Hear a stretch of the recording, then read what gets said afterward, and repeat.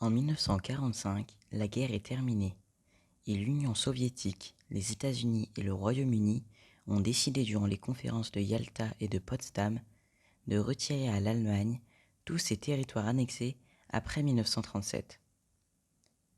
Les vainqueurs partagent le territoire allemand en 4 parties. Une soviétique, une française, une américaine et une britannique. La ville de Berlin est elle aussi divisée en 4 parties, le côté est et le côté ouest. Le côté ouest comprend les territoires français, américains et britanniques, tandis que le côté est est occupé par les soviétiques. Pour pouvoir ravitailler les secteurs des Alliés, 4 points de passage terrestres contrôlés et 3 couloirs aériens sont créés. Les tensions montent peu à peu entre les puissances occidentales et l'URSS, car à partir de 1946, ces dernières installent des régimes pro-soviétiques en Europe de l'Est. L'Europe est alors divisée en 2 camps opposés séparés par ce que l'on appelle le rideau de fer. Le côté est est lui dominé par l'Union soviétique et le côté ouest par les États-Unis. Le 24 juin 1945, Joseph Staline décide de bloquer les accès terrestres du côté ouest de l'Europe menant à Berlin, laissant les 3 couloirs aériens, le seul moyen de ravitailler les personnes se trouvant à Berlin. Cette décision fait suite au lancement du plan Marshall par les Américains, qui consiste à instaurer une nouvelle monnaie à l'intérieur de la partie occidentale de Berlin. Les Américains veulent mettre en place le Deutschmark à la place du Reichsmark. Comprenez la monnaie allemande à la place de la monnaie du Reich toujours en vigueur à Berlin-Est.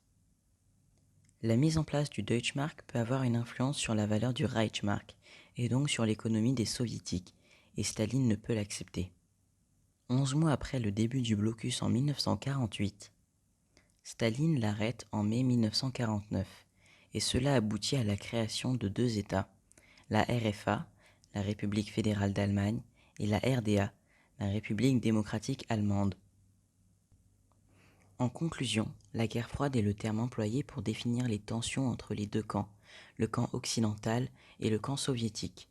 C'est la compétition du plus fort, sans guerre ouverte, avec de la propagande, mais aussi des défis, comme qui sera le premier dans l'espace.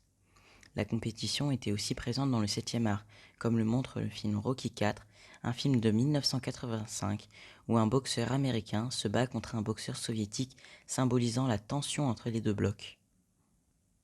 On définit Berlin comme étant le symbole de la guerre froide, car c'est dans cette ville que beaucoup de tensions se sont cristallisées.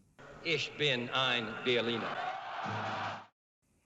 Les symboles importants de cette division sont le mur de Berlin et le pont de Gleianke, aussi connu sous le nom de pont des espions, car c'est à cet endroit que se faisaient les échanges d'espions. Une bataille de l'ombre à travers l'espionnage. La plupart des symboles de la guerre froide se trouvent à Berlin. C'est d'ailleurs dans cette même ville que le mur de Berlin tombera le 9 novembre 1989 sous Gorbatchev, entraînant dans sa chute celle de l'Union soviétique.